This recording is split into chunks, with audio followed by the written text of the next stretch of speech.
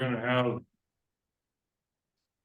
call to order introductions. This is for the Countywide Bicycle and Pedestrian Advisory Committee meeting September 26th. SCTA, RCTA boardroom. Drew, would you like to call to order? Or? I can name those who are here. Why don't you just, yeah, name who is here. Yeah, thank you. We go get closer. That's very good. But we'll test my memory of everyone's names, right? So good afternoon. So those in the room that I see are Elizabeth Tyree from Regional Parks, Eris Weaver from the Sonoma County Bicycle Coalition, JP Harries from City of Cotati, Stephen Schmitz from Sonoma County Transit, Chris Barney, SCTA RCPA, Chair Ken Eichstadt from the City of Petaluma, David Ruperta from SCTA RCPA, Jason Sanpietro from the City of Rohnert Park. I unfortunately didn't get your name last time around. I'm Elizabeth Ridlington with the City of Santa Rosa, right? the City of Santa Rosa's citizen appointee. Awesome. And then Alexander Osigara from the City of Santa Rosa, Town of Windsor. Wait, Monson, Town of Windsor. And then Marja Tar from the City of Petaluma, City of Citizen Representative. I didn't hear your name again. Wait, Marja. Oh, no, we hit. Wait, Monson. Wait. Okay, I'm hearing impaired, and so people have to speak sorry. up from Wait. or near a microphone for me to hear you. Wait, Monson. Wade Munson. Yes. Okay, and where are you from? Town of Windsor, Public Works. Okay, thank you. Sorry about that. And then on the screen, I see Dana Teray from SCTA RCPA. We have Jasmine Stitz, Orlando Ramirez from Caltrans District 4, Nader Dahu from Sonoma County Public Infrastructure, John Jay from the City of Sebastopol, Michael Kaluna, not sure which jurisdiction that, and then Catherine Stubbs from SCTA RCPA. And I'm Drew Nichols with SCTA RCPA. Nice. Good job. Okay. All right. We'd like to have public comment on any items that are not on the agenda. Aaron, please. Of course. Do I ever go to a meeting and not have a comment? Couple of announcements about some things that are coming up with the Bike Coalition. Next week is Walk and Roll School Day. Actually, a few of the schools are doing it different times during the month, but expect lots of kids lit out on the street. This weekend, we're having our first ever Golden Spoke Awards gala and fundraiser. And so we're giving awards for bike-friendly businesses of the year. The award winners for that are Sonoma Clean Power and Shady Oak Brewery. The Bike Advocates of the Year is going to Alexa Forrester and Chris Gunther from Bikeable Santa Rosa. The Bike Infrastructure Project of the Year is going to the Healdsburg Foss Creek Trail, and then the Bike Champion of the Year is Bill Petty. So this year we didn't have very many nominations for all of those awards, but I'm hoping this is our first time doing it, so I'm hoping next year to generate a little more competition among y'all for who might end up on that best project thing. We're also in October having our first ever Bike Advocacy Summit, a half-day conference for folks in the county who want to get more involved in making better bike stuff happen. And then the last thing that you probably all heard about the Affordable Housing and Sustainable Communities grant that the Meridian Project in Petaluma got. We're a sub on that grant. So it's about affordable housing and transit related housing. That project's with the City of Petaluma and SMART, and Dinko is the developer. And we had been contacted by the developer to ask if we would be interested in subbing on that for bike related programming in the thing. So if any of your jurisdictions have any affordable housing projects in the work and you're thinking about applying for that grant, talk to me, because adding that programmatic stuff in makes your grant proposal look a lot more attractive. Some of my colleagues in the other bike coalitions in the Bay Area have done quite a few of these, so I'm hoping we can do more here. Thank you very much. It's good information to know. Approval of meeting minutes from July 25th. And I only have one comment, spelling of my name, but I do that, my whole life is that way. So. I feel like I should put the A with the umlaut on your name now, just. I can give you a story about spelling my name, but not here. So do we have anybody wanna, raise approval of the meeting minutes in a second? Move with a correction to the spelling of your name. Thank you. I'll second that. Okay. All in favor?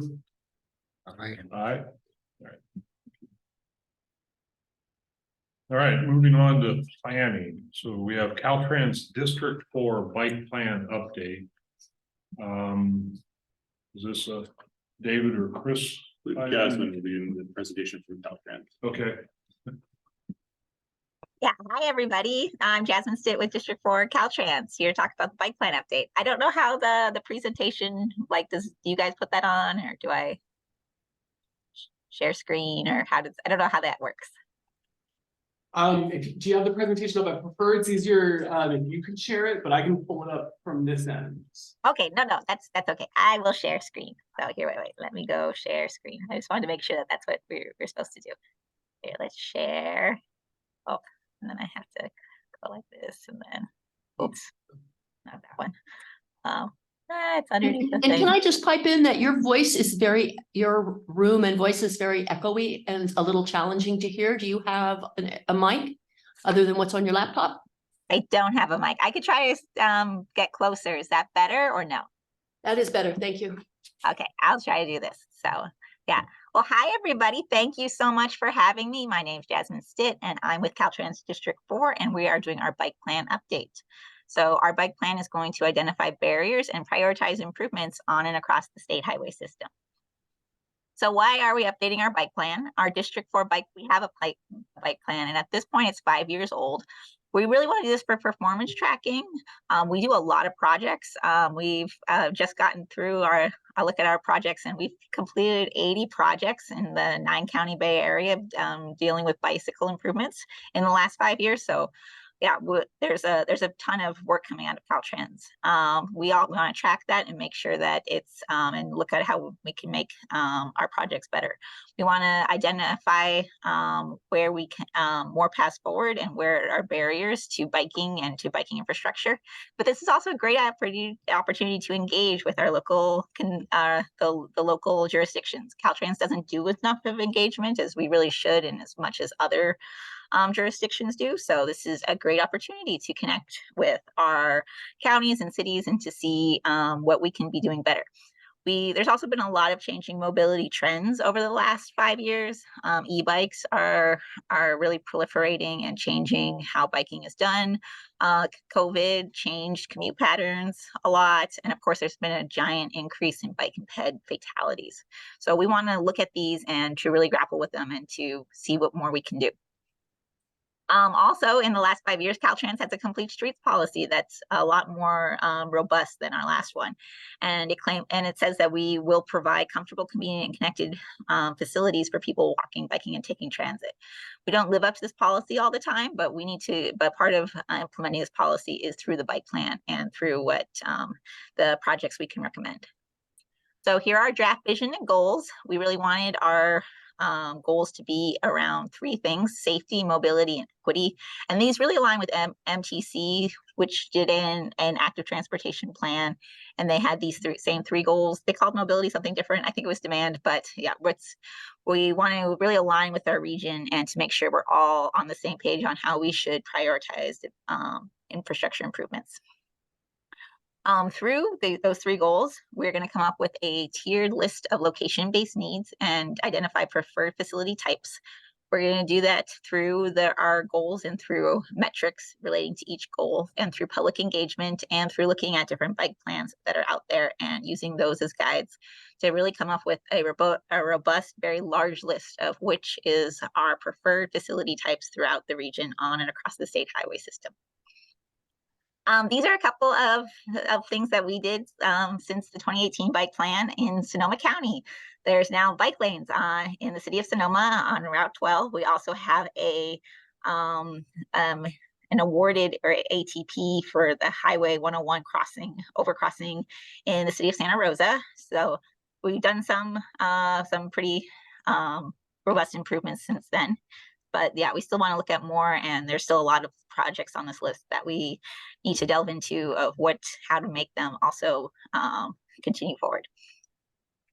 One of the ways that you can help us identify improvements is we have a survey that's up. It's dot.ca.gov/D4 bike survey.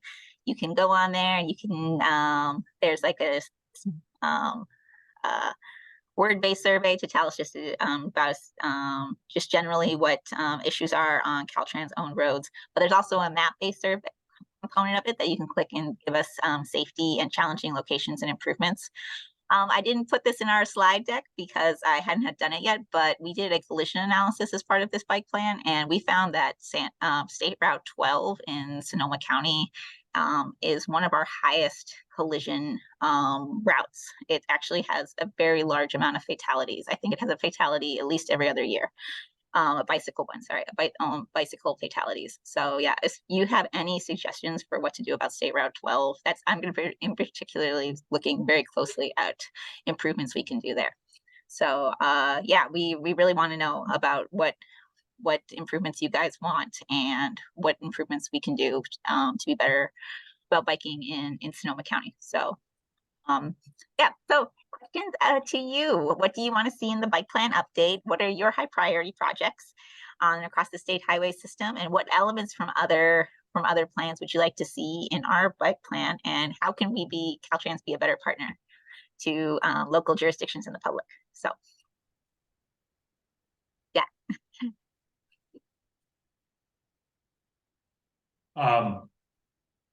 Do we have any questions with the panel that's here? And actually, I'm just going to start. So thank you very much for the presentation. Are you seeing at all where, cities, counties are linking their websites to yours to get, a lot of public input? Has that been done? It's been done in some things, but you're actually right. I should reach out more to Sonoma, yeah, there's a lot of jurisdictions, and we've done it to a couple of different jurisdictions and things, but yeah, that's a good point that we should continue to plug in for, yeah, with the cities and their websites to get a link to ours. And what's the length that this is going to be up? Oh, it's going to be up all the way to the end of October. Okay, that's around the corner. So thank you. Yeah. Elizabeth. Yeah, just to comment on State Route 12, Sonoma County Regional Parks did complete a feasibility study on a Class 1 trail on State Route 12. I know we've been working with your district on moving forward with some of the proposals out there, but we would appreciate your continued support with the acquisition and design work that we have continuing on that corridor. And we strongly support at your position also that that's a priority project that we would like to see in this county moving forward.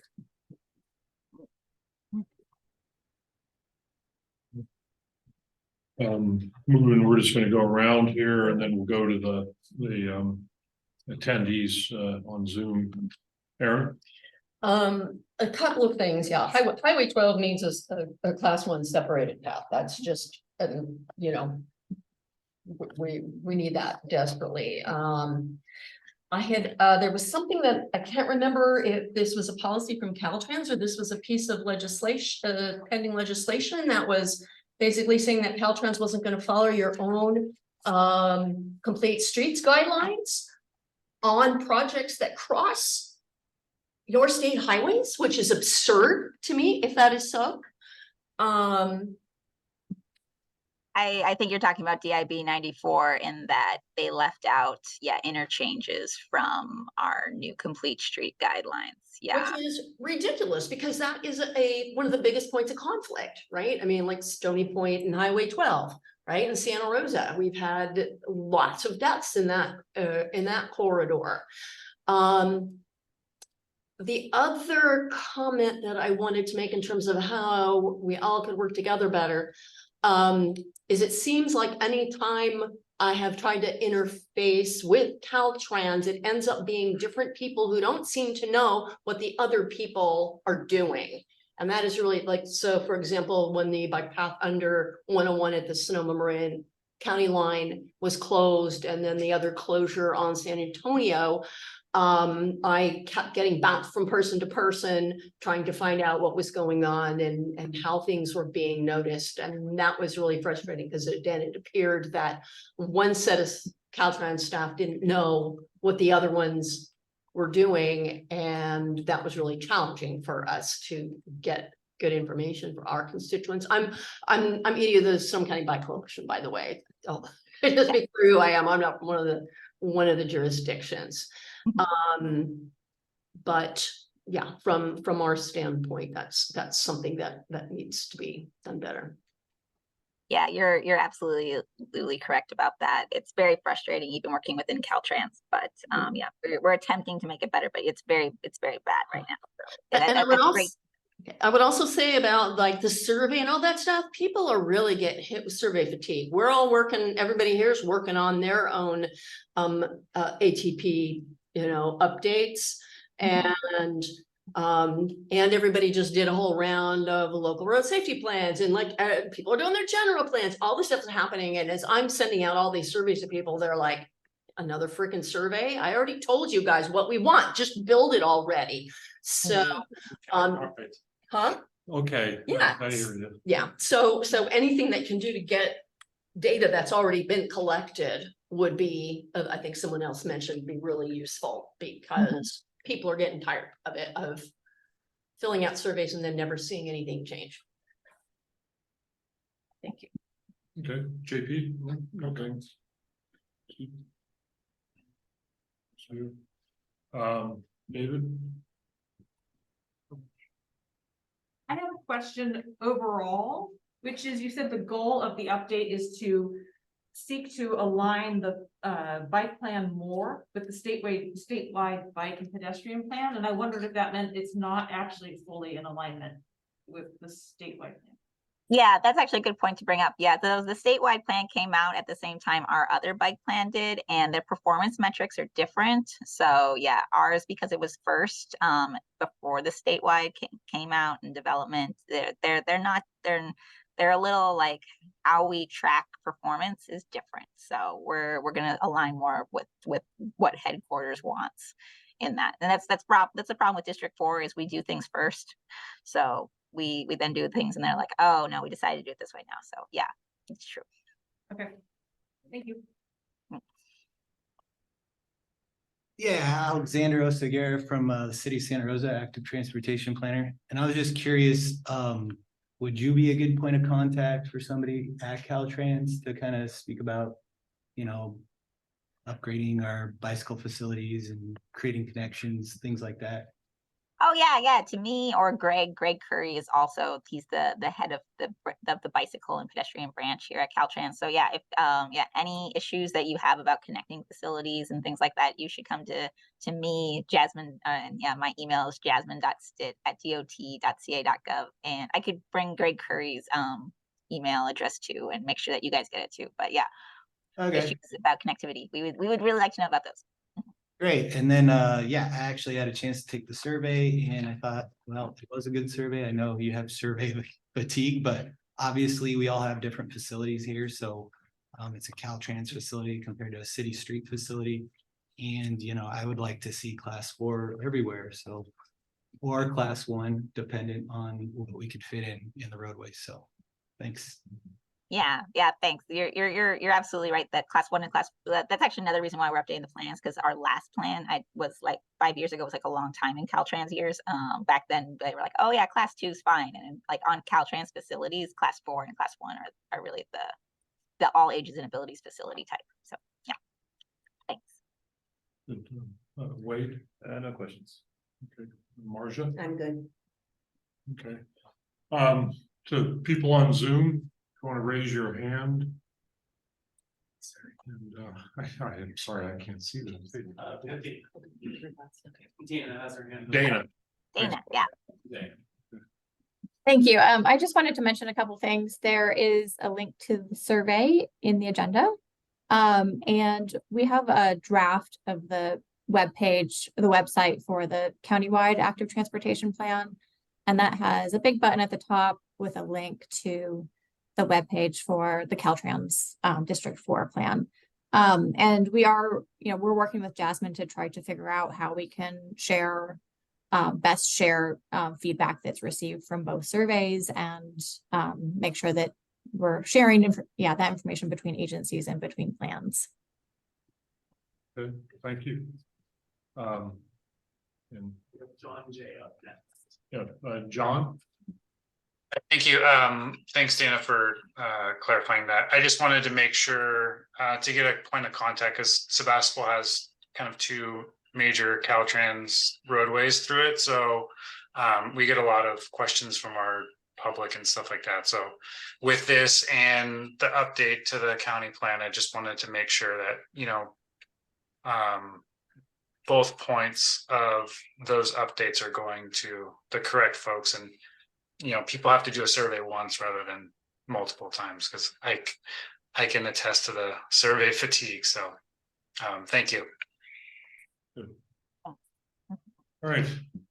Thank you. And I mean, in my mind, one of the most critical aspects of the work that you're doing, Jasmine, is capturing all the projects that are out there because it has potential for getting funding 2 years down the road, 5 years down the road. And I think it's important to get it locked into a document, and that'll help, help us, help the people, following us to get that work done and get the money to do it class 1 and class 4 facilities. So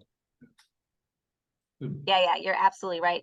Just in Caltrans internally, if I'm arguing in a project meeting about like, oh, we need to get a class 4 in here, it's in our bike plan and it's in the city of Sonoma's, or it's in the city of, it just adds so much more weight to getting things happening. So it's a lot of fatigue to having so many different ones, but it's very important. it's the long game, unfortunately. So yeah. All right, thank you very much. I came in late. I'm sorry, this Christina Panza on the Zoom. Can I ask a quick question about what you mentioned about survey fatigue? Mm-hmm. And I'm sorry, I missed your presentation, and I assume this is about the Caltrans bike plan. And maybe this is just for the whole group. So as somebody who does my best to share surveys with our school partners, who then are possibly sharing surveys with their communities, it's particularly difficult to do that because it's almost like because the schools aren't sharing directly, they kind of only will share so many things. Does that make sense? So I guess I'm just kind of asking everybody what your thoughts are about survey fatigue in general. Because just as a Safe Routes provider, I'll get, a request from Windsor to share their survey with the school district. And then like the week later, I'll get another request from the county to share this, and then Caltrans. And then it just almost is it's too much for me. And I don't know how you're reaching parents and schools, if there are other ways, or any ideas about that. Like, what are the most important ones to share, basically, that we want parent support from? I guess is what I'm asking. Maybe someone else could answer this, because Caltrans does so little surveys. So actually, maybe it's more just like a strategy. Maybe it's just more something to talk to me about. Like if you're sharing something, like just thinking about the channels that we're sharing them with, and it's true. If it makes sense to have a school send it out to their parents. Yeah. And I'm sorry, I didn't mean to put you on the spot there, Jasmine. Oh, no, it's okay. It was a general question because everyone was talking about survey fatigue. So I'm like, I'm feeling that right now in particular, because I'm getting a lot of requests to share surveys, and not quite like I want to help everybody, but I'm also like, I can't ask a school to share 4 Yeah. different Yeah, surveys. that, in that makes multifamily. that makes a lot of sense. Yeah, yeah.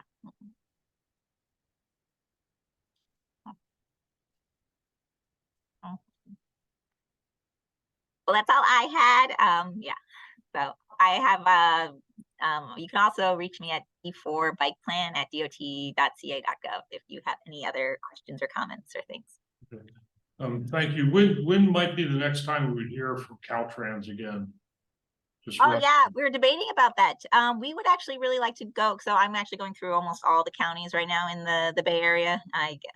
But yeah, I actually was debating about we should do it again at the end. So when right before we have our second round. So when we have a draft plan, we're also going to come out and so that you guys can get feedback on our actual plan. So Yeah. Good. Mhm. All right. Thank you very much, Jasmine. All right, so next item is the countywide active transportation plan. Revised draft vision and goals. So I guess, is this you, Dana? Oh, lovely. Yes, this is me. Found my unmute button and I will put this in presentation mode. Is everybody seeing the presentation in presentation mode? Yes. Okay. Great. So I give a brief overview of, all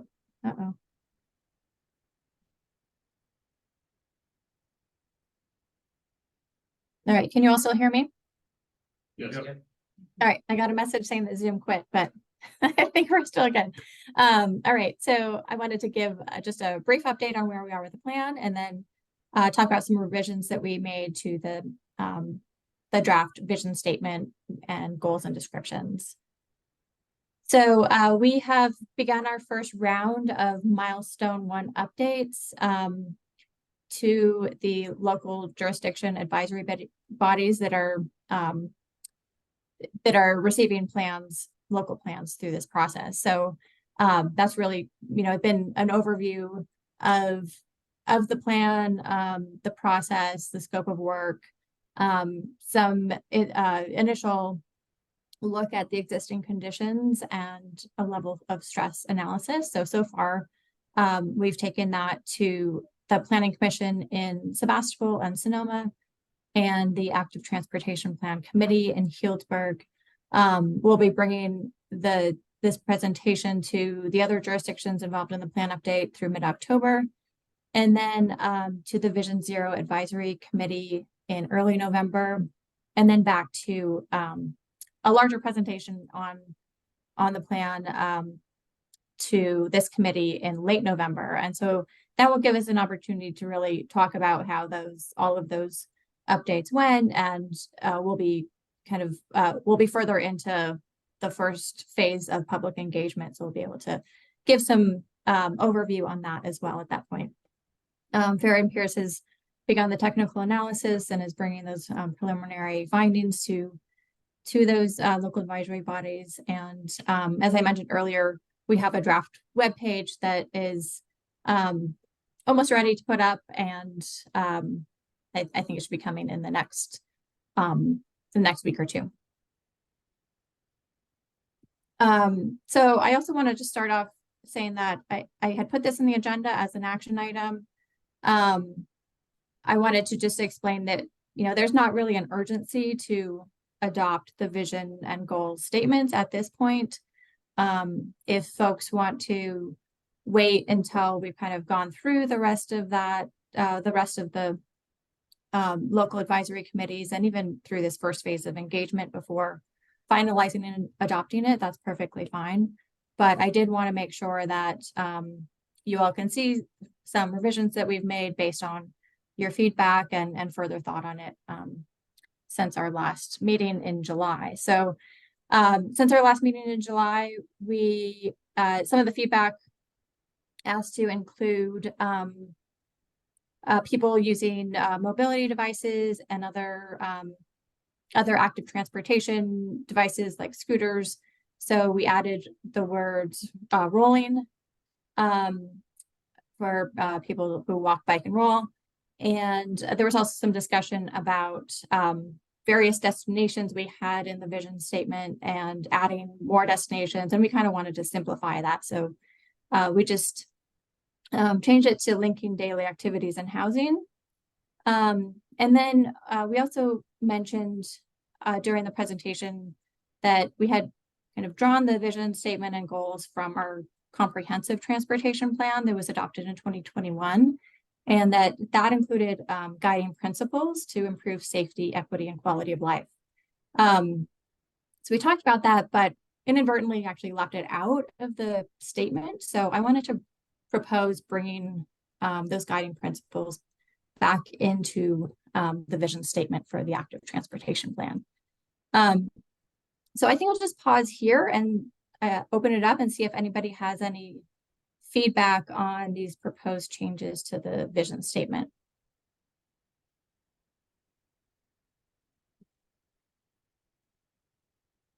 Really long sentence.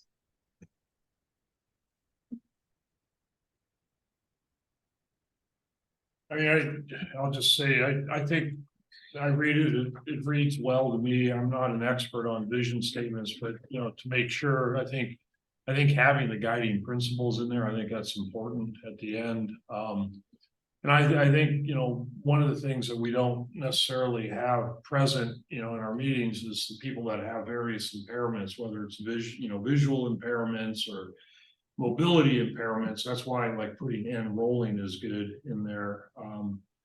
But just making sure that we've got that in there. And I think putting the guiding principles at the end covers that, but you know, we can talk about that. We felt like there's needed to have maybe a little bit more, you know, direction in that, but to me, it reads well, so. Marja. I really like the linking daily activities and housing statement. We're doing a ATP plan in Petaluma right now. We're just past this vision statement idea. And that I'm looking at those 3 words plus housing and going, that's something we should incorporate in Petaluma. So that kind of says it all.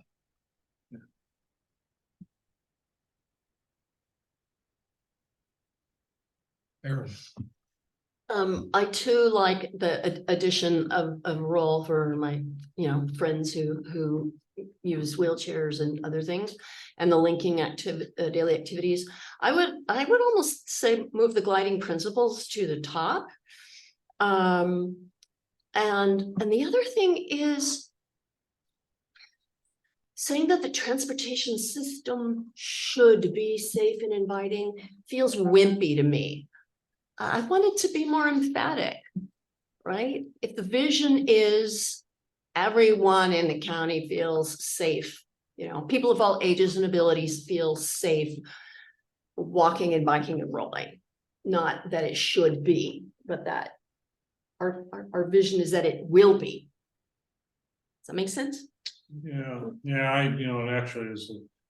As the dweeb engineer, starting out with the transportation system, it's all about people. So put people first, and you know, all ages and ability should be able to walk, bike, roll for everyday transportation, recreation in our transportation system or something. But yeah, transportation system is like, oh, it's a system. It's doesn't quite get to the heart of the matter, which is like we're trying to help people.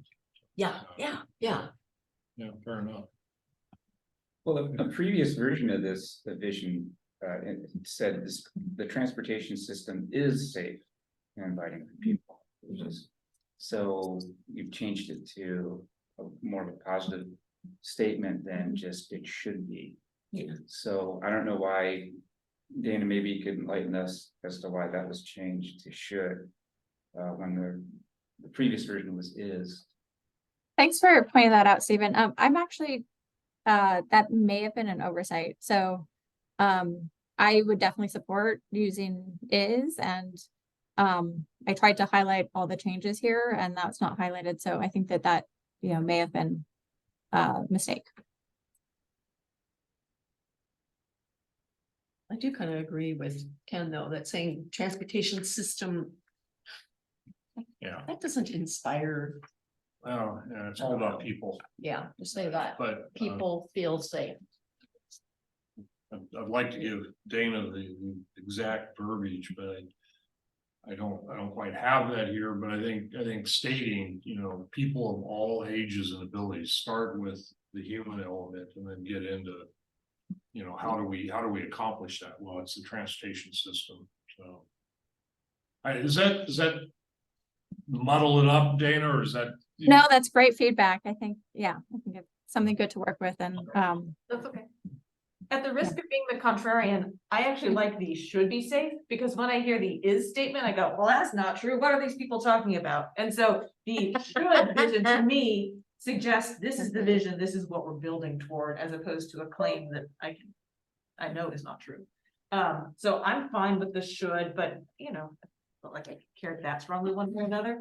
And then I like the framing of people at the center of it, but because this is a plan that controls and influences the transportation system, I do wonder if it's actually valuable to start with the transportation system, because that's what will be influenced by the plan itself. But I could go either way on that. May I suggest will be Yeah. instead of should? Sure. Yeah. So it's the positive future for the change that needs to be created. So That's a the good emphatic preference. will be.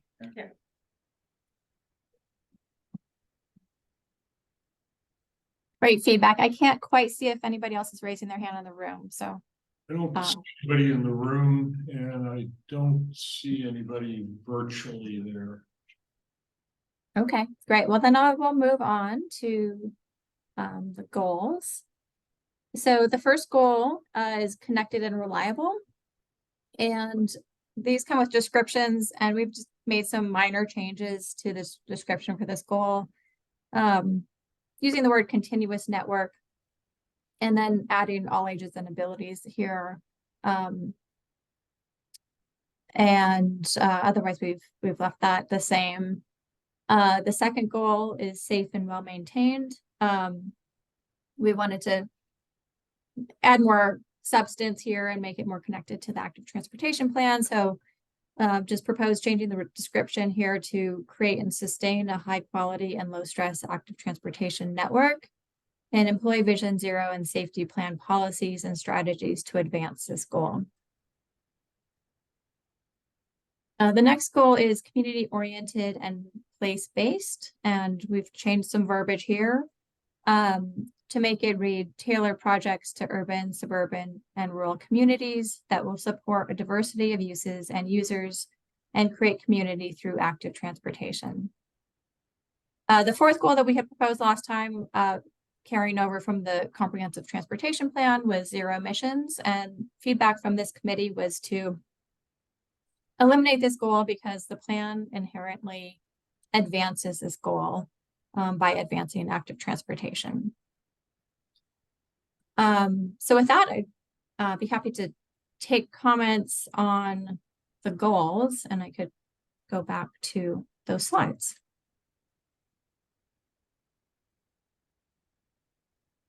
Good. Elizabeth, let's go around. I don't have any additions. Thank you for presenting this with the changes. Harris Bob gives it 2 thumbs up. I like the changes. I support them. My only suggestion is, and I know this is kind of redundant, but putting the words active transportation in front of network in the first, is it connected and reliable? Just to reiterate, if that's what you're talking about the active transportation network. That's correct. Good catch.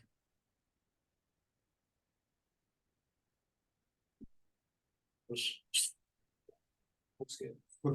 Looks good on my end, Dana. Good.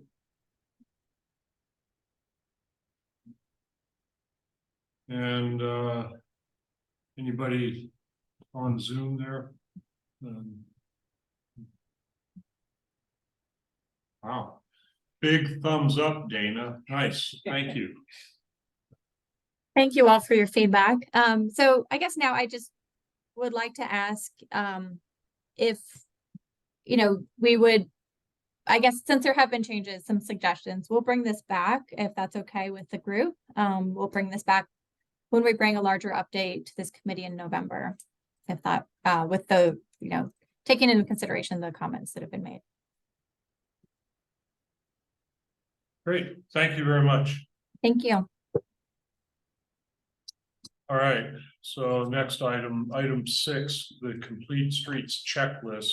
So this is a process that we go through on projects following the Caltrans guidance for complete streets. So we've got State Route 121 and 8th Street East intersection improvement project. It's a 2024 STIP project.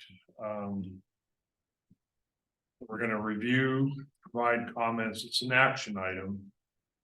Review, provide comments, and consider approval of the checklist for this intersection. Thank you, Mr. Chair. This is a part we've been coordinating on closely with Caltrans, the County Snowmobile Public Infrastructure Regional Parks, and the SMART for the last year and a half. We're getting close to wrapping up the project initiation document phase, the project moving on to the environmental phase. And the reason we're bringing the streets checklist to you now is, as you mentioned, we are recommending the project for funding for the design phase in the 2024 State Transportation Improvement Program. And as part of one of the MTC requirements, we have to take the checklist to you for your review and feedback.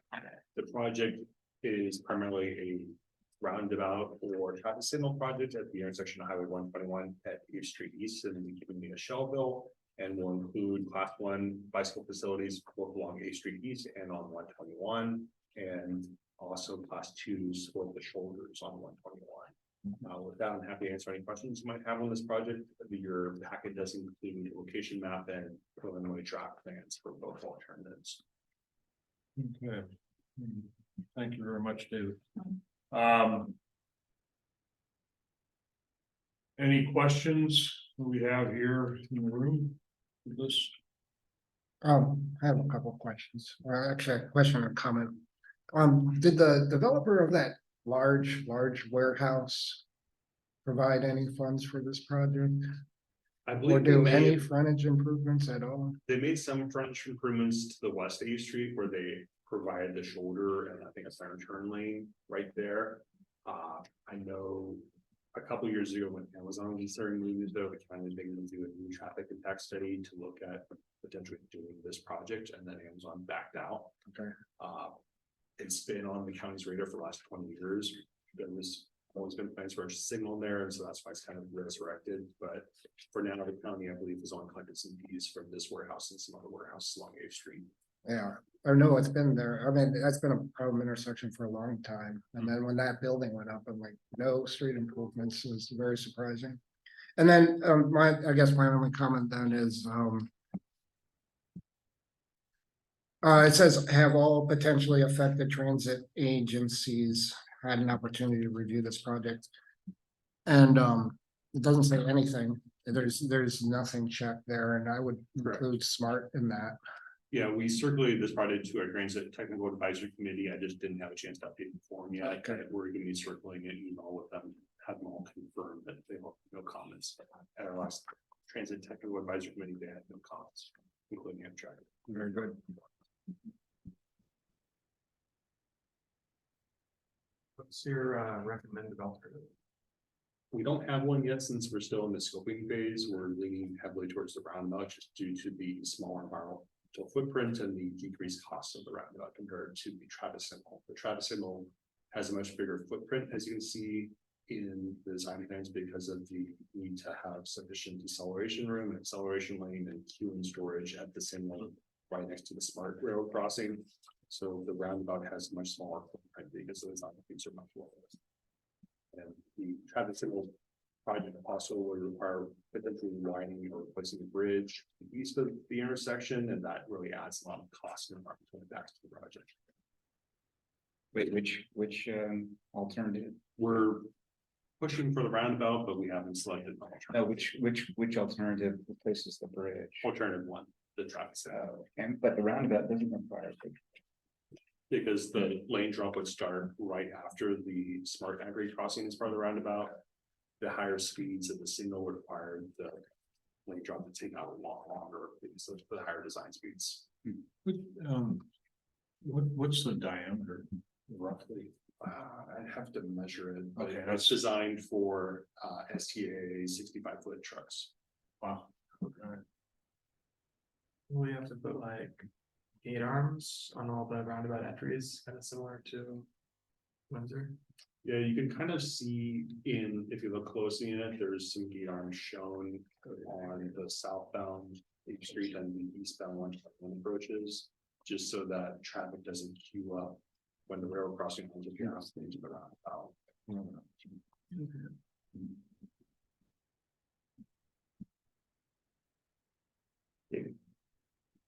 On the non-roundabout alternative, are there class 2 bike lanes proposed through the intersection on 121? Correct. And then both alternatives include the class 1 bike path on the east side of East Street East as part of the Sonoma Shovel Trail. Then it would cross 121, and on the south side, 121 would become the County's Pine Bay Trail project. And with the roundabout alternative, are there the shoulders you say will disappear obviously at some point as it approaches the roundabout? And then the option is to use a class 1 off of the use the bike ramp to either use the shared use path around the roundabout, or advisors can choose to stay and take the lane. and go through the roundabout. Okay.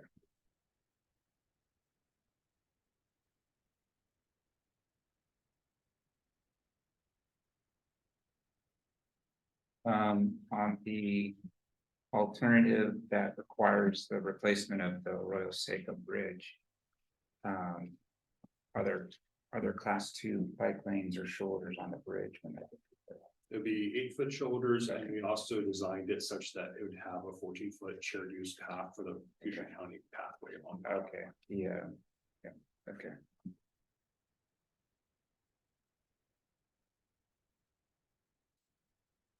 That's a question to clarify. So you're saying that it's gonna be class 2 paths on 121, but with width for future turning into a class 1? Is that what you said? It would have class 2 paths, and then on the south side of 121, there's a 10-foot shared use path for both projects. It ends right after the smart crossing, and it'll be available to connect with future class 1 path if the county's planning the Bay Trail project. So this project wouldn't require all of the right of way they would need for that, but it would build that first section between the intersection and across the smart tracks, so that we would take care of that most complicated coordination part for the county. If I might interject for the county, and thank you for your coordination with us. Our future plan is connect south to the Bay Trail going south. And so the Sonoma Shellville Trail is a community connector for the Bay Trail. So that's what brings people up and into the city of Sonoma. And so the Sonoma Shellville Trail, and then with the city bike path is what brings people into the city of Sonoma. So this will connect it all the way south and connect it to the Region Line Trail in the future. And these plans allow a foothold for that future project. So that coordination has happened with the Bay Trail. Yeah, we've been closely coordinating with the county and smart on this project.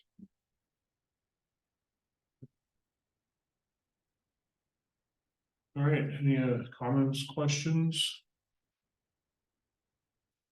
Does somebody want to put a motion forward for this project? And it would be I guess approval for the complete streets checklist. Or comments if they feel something needs to be changed. I'll make a motion to approve the checklist. Okay, we have a second for that. Stephen put the motion forward, and a second. I'll second. Okay, JP. With the change that was mentioned regarding consulting with the transit transit Yes. agency. Yeah. We'll have that in there before we send it to MDC. You call a roll, Drew, or do I need? Or Because we have a quorum in the room, we can do unanimous by voice vote. okay, so all in favor of approving this complete streets checklist here, say aye. Aye. Aye. Anybody opposed? No.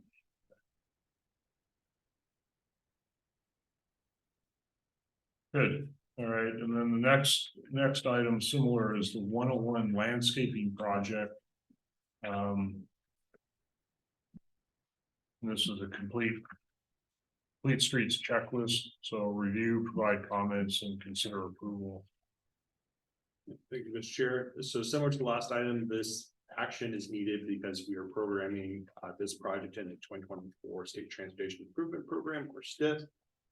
In this case, it is solely a landscaping and tree planting project on 101 to mitigate for the visual impacts of the widening that has been done over the last 20 years. This project would be between just south of Sierra Avenue interchange to just south of the Windsor River Road interchange. And it would just consist of planting trees within the Caltrans right away between the ramps and the mainline highway. So there's not really any active transportation interaction, but because of MDC's policies, we still need to bring this checklist to you for your action. So I'm happy to answer any questions you have. We are finalizing kind of our conceptual plans for this project before having something more detailed. I'm happy to answer any questions that you have. Okay, do we have any questions with regard to the 101 landscaping plan? It's just tree plantings? Correct. I contacted Dana because I thought it was strange that we were reviewing this checklist with no active transportation elements to it. But I understand it's a requirement for the funding, so. So And is that your motion? my motion, I guess, would be to approve it. Okay, I'll second it. okay, and Stephen second. Good, and all in favor, say aye. Aye. All opposed? No. Thank you. All right, moving on then, regional funding, so active transportation technical assistance through MTC. So this is due this Friday, September 29th, and our very own Bjorn Griepenberg has submitted 2 applications. He pulled a rabbit out of his hat and did that. And I think it's well worth, if you've got any interest, you're not gonna necessarily get detailed design, but I feel like to get traction on all the great ideas that we have to improve active transportation in our communities, you know, this is a good opportunity to bring it forward to people who really know the ins and outs. We do, but it's the bringing in experts out there this is a good opportunity. So I'm glad MTC is doing this. So was there anybody in the lead talk about this or in MTC or? I could speak to it briefly. Others in the room may have something to add too. But yeah, I just want to make sure, we've sent information out to all of you on this program, and hopefully you're all familiar with it, and aware that the deadline is this Friday. This is really for focused on the active transportation program cycles 7 and 8. But they're providing assistance with design, with grant writing and project evaluation, also for procuring quick build materials if that's of interest. So I just really want to encourage folks to submit an interest form. Yeah. And if sorry, just one more thing. If you want some more information on it, there is a link in the agenda to the information session that was recorded. If you want to get some more information from MTC's presentation.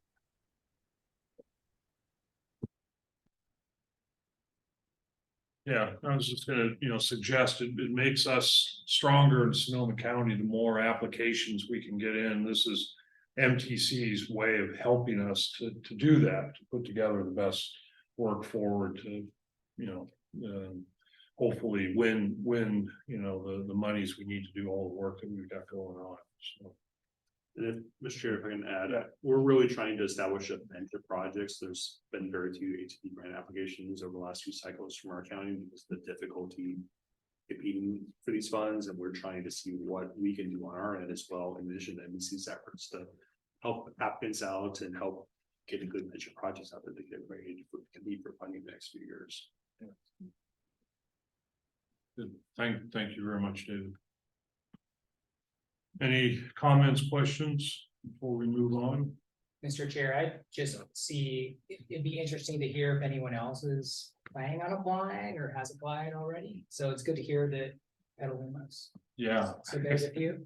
I know it's just a couple days, but you know, it's a good opportunity to get some, you know, even grant writing assistance. So Yeah. Yeah, everything's on the table. Like I say, you're not gonna get necessarily detailed design, but you'll get, you know, the planning help that you need, and that's, you know, fundamental to getting these projects lifted off, so. I mean, I could speak that Santa Rosa's planning on putting in 2 applications, so. Really? Yeah. Good job. So we're in the process of kind of like finalizing some, I got an Excel spreadsheet on some quick build type stuff that we're looking at.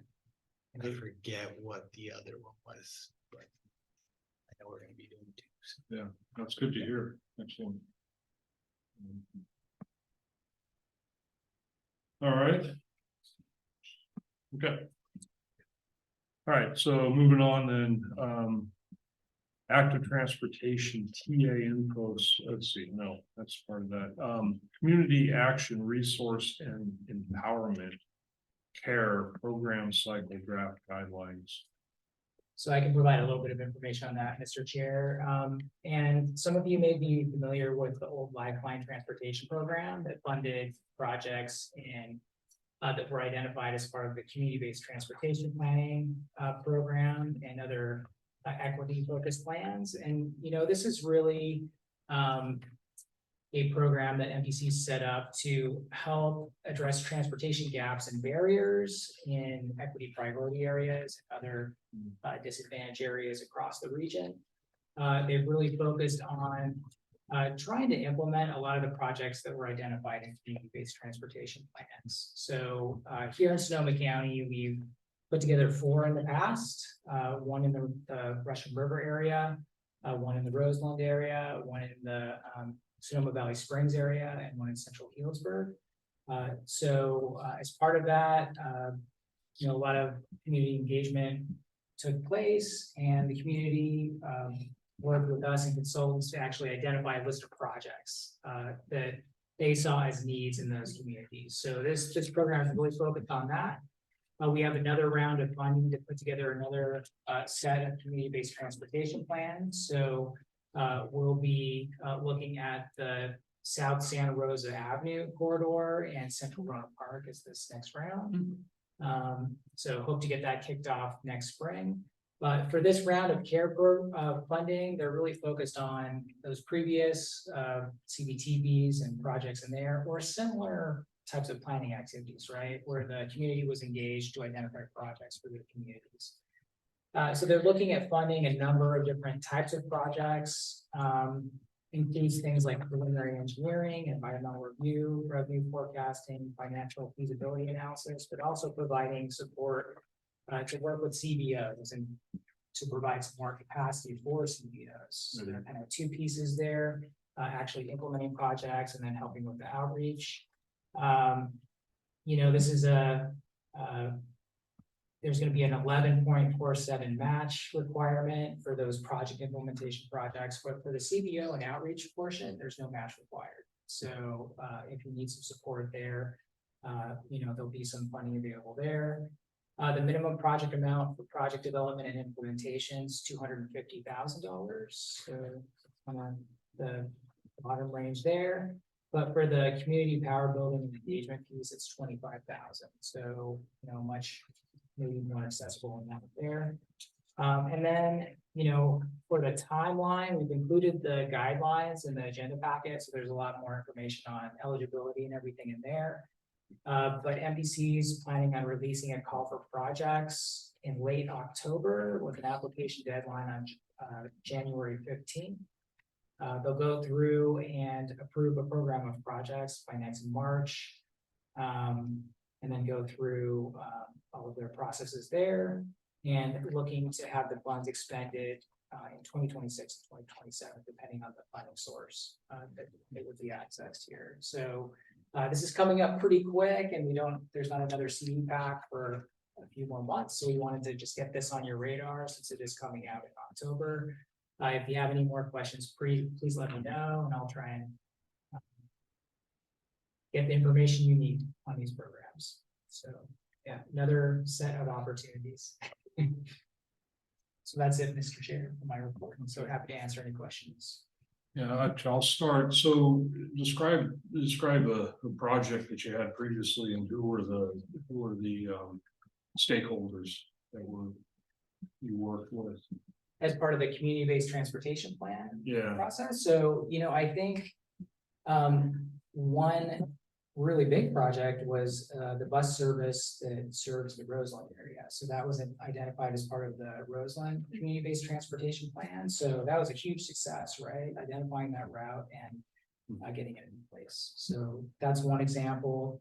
The types of projects that have shown up in the community-based transportation plan include things as small as bus stop improvements, bicycle and pedestrian facilities, crosswalks, safety-related improvements. Things like that. And Dana, as part of our last CTP update, actually went through and identified projects in those plans that hadn't been completed yet. So I encourage you to take a look at that. That's on our website in the CTP section. If you're having trouble finding that, please let me know. We can get you pointed in that direction. Are there any questions, comments? Curious, could something like a protected intersection be? I think probably, Yeah, you would think, because crosswalks, so I was like, oh. If it was identified as a community Yeah, need, so I I'm think that's just the thinking for piece, the right? future, right? Yeah, Like, how can I get protected intersections funded? Because those can be pricey potentially, right? So, yeah. So the real tie is that it has that community connection. Yeah, right? yeah. Like the outreach took place and it was identified. no, I get that. Community groups. So, but yeah, definitely, I think if that were on the list, it seems like it would be, it's the project. How much money is in this? How much money is this? Sorry. The total for the region is 21 million. Okay, So region being defined as MTC region. yeah, the MTC 9. And I believe there's a target of the minimum 1 million per county. Yeah. So we'll at least have to be having some come here. Yeah. Do you have any projects lined up right now? We've talked to Santa Rosa a little bit, so MTC's been kind of like figuring this out over the last year. So we just recently saw this guidance come out and it's being adopted soon. So, I think there are some opportunities here in Santa Rosa. Cloverdale actually submitted something as part of the initial outreach. They're interested in doing some, building CBO connections in Cloverdale, having a better community connection and identify, needs and connection needs there. So those are the kind of two types of projects we've seen so far. But if you have anything in mind, please let us know and we can try and dig in and see what might be eligible. Okay. Good. Any comments, questions? Thank you very much, Chris. Yeah, and I can, Mr. Chair, I can bring something back at the next, CBPAC meeting if there's. So, looking there.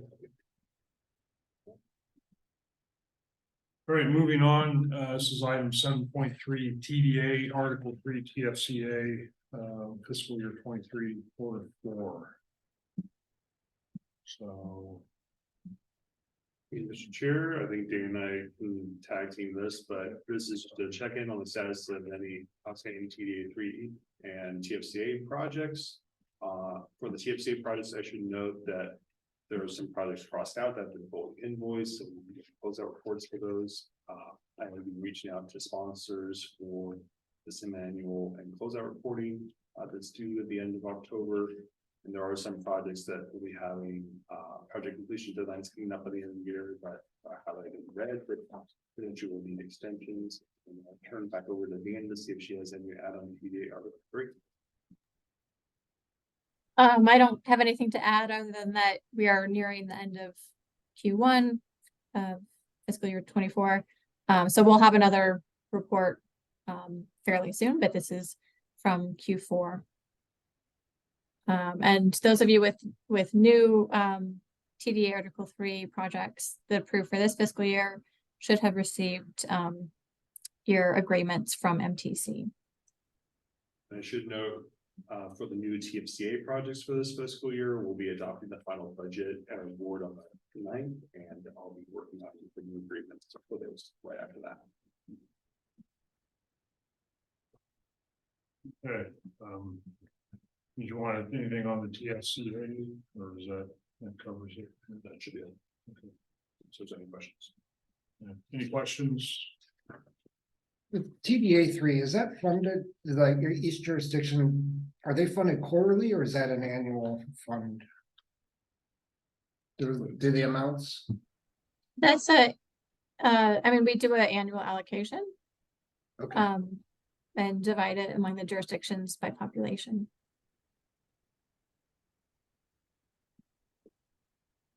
Good, okay.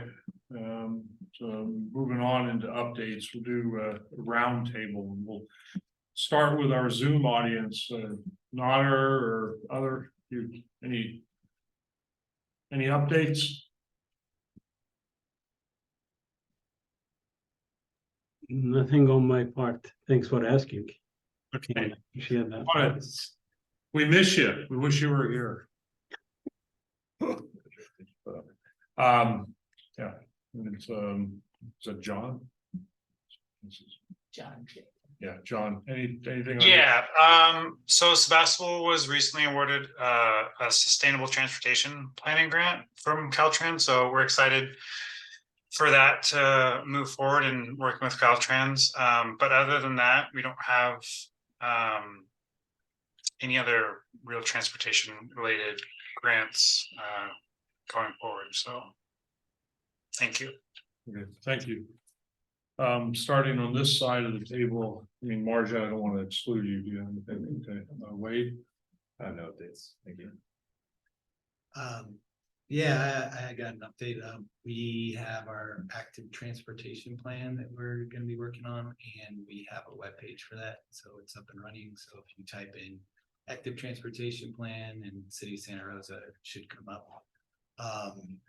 It's still in the beginning stages. We had a meeting with the BPAC this last week on Thursday to start doing our vision and goal setting and scoping. So yep, look for updates in the future on that active transportation plan page.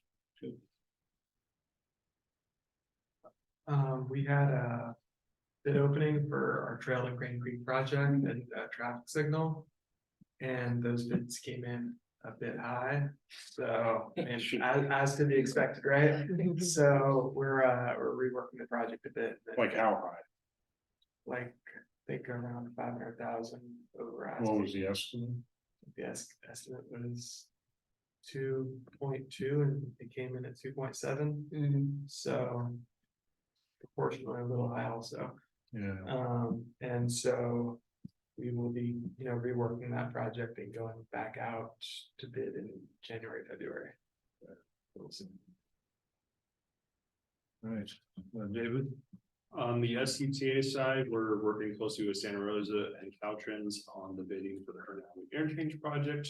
The city is working with the design team to do some revisions to also have the westbound class 2 bike lane become a class 4 separated bikeway in addition to the 2-way bikeway on the south side of the overcrossing. Caltrans will be opening bids for that project on October 4th. We're also coordinating with Caltrans and PG to hopefully start construction on the Highway 116, 121 roundabout project by the end of the year. It's having some issues getting PG's crews out there to move utility poles, but it is what it is. I should also note, since Smart is in the room, Smart is having bids open tomorrow on their pathway between Petaluma and Pengrove and the North Petaluma station. So hopefully that will come in under estimate, and hopefully they'll be starting construction there early next year. And one other thing to note, we are doing a feasibility study right now for the Fulton Road and Highway 12 interchange area. Hoping to start the public outreach process for that next year, and working on our public outreach plan right now, and also creating our stakeholder working group for that. I'll have a few more agencies and community-based organizations as part of that. And that's it for me. Thank you. I'll just, Petaluma, we've got Maria Drive, Rainier to South McDowell is gonna be going out to bid here this week. North McDowell, we're gonna be putting in, vertical pylons for a buffered bike lane on that, so that will be happening. It's been a long lead item for getting the K-71s. And then I had understood, I don't think it's been officially announced, that we got a grant. And I believe it's $1 million to plant street trees, so there's a real focus. Relief is the nonprofit in Petaluma, and I've been working with them on the road projects to find ways of getting, trees into our corridor and get the right trees planted correctly, that can use, recycled water. And I think that work's going on. That's exciting on my end. So that's all I have. Yeah, I think the only relevant thing that I have to add is we also received a Sustainable Communities Grant from Caltrans to look at vehicle miles traveled, mitigation banking and exchange program for Sonoma County. So we'll be kicking that project off in January. And that could be a potential funding source for bike ped, non-motorized projects in the future. So the idea there is that projects with the VMT impact could pay fees or help implement VMT reducing projects. So looking forward to that. And congratulations on the other grants. Well, the next meeting of the Sonoma County Unincorporated Bike Ped Advisory Committee is going to be on October 18th, and we look forward to having Aaron Pierce there to kick off the update to our plan. And then otherwise, we've just had a slew of pavement preservation projects that you'll see have included striping and signing for Class 2 bike lanes on several roads throughout the county. One of the ones I saw recently was out on River Road, going out toward the river. So, and then there'll be another set of pavement preservation projects next year, of which the committee is going to be reviewing and submitting additional comments.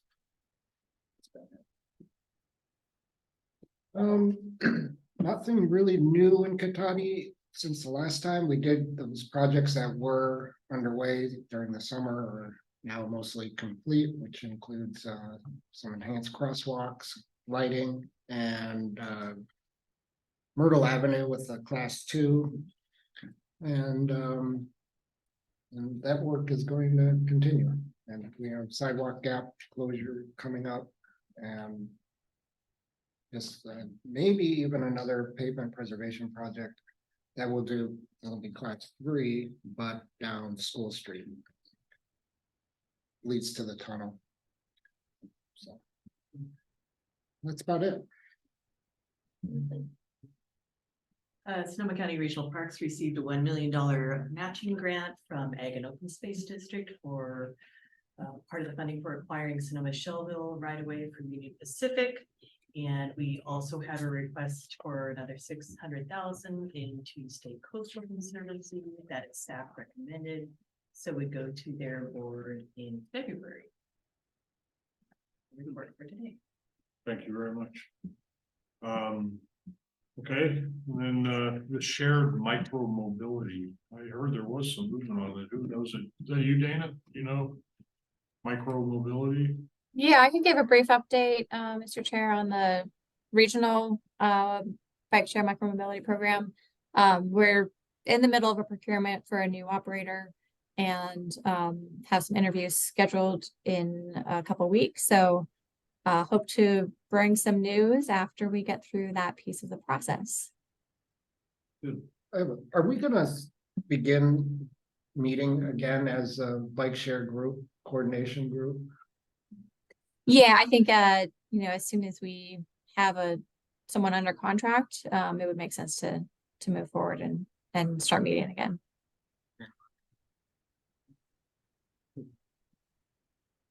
All right, bike ped counters. Yeah, they're available to check out. City of Sonoma's been using them some this summer. Please contact Adam Garcia or myself if you're interested in using them. All right, any other business comments, announcements? Anybody? With that, we will adjourn the meeting. Oh, wait, sorry. I'm here.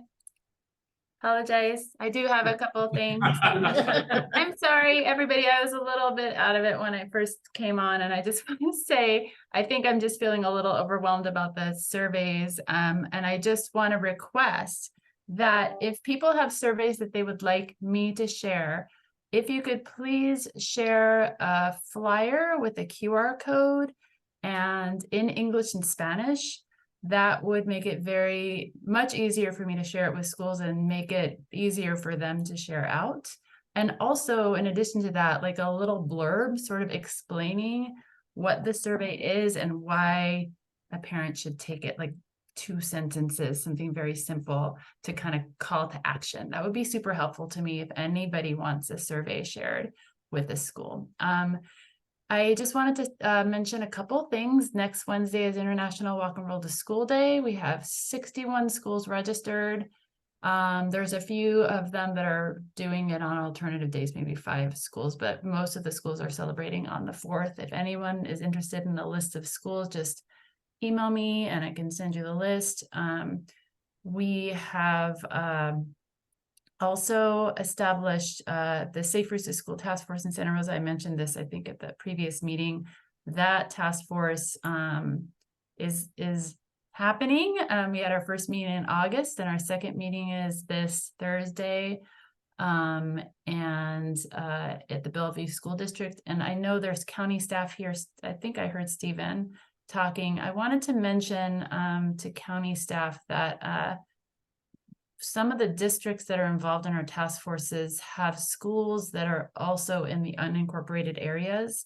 So at some of those meetings, we've had questions or concerns expressed by superintendents or even potentially parents in the future about schools in the unincorporated areas. And at the Petaluma, and we also launched our Petaluma task force yesterday, thanks to Ken and Bjorn's support.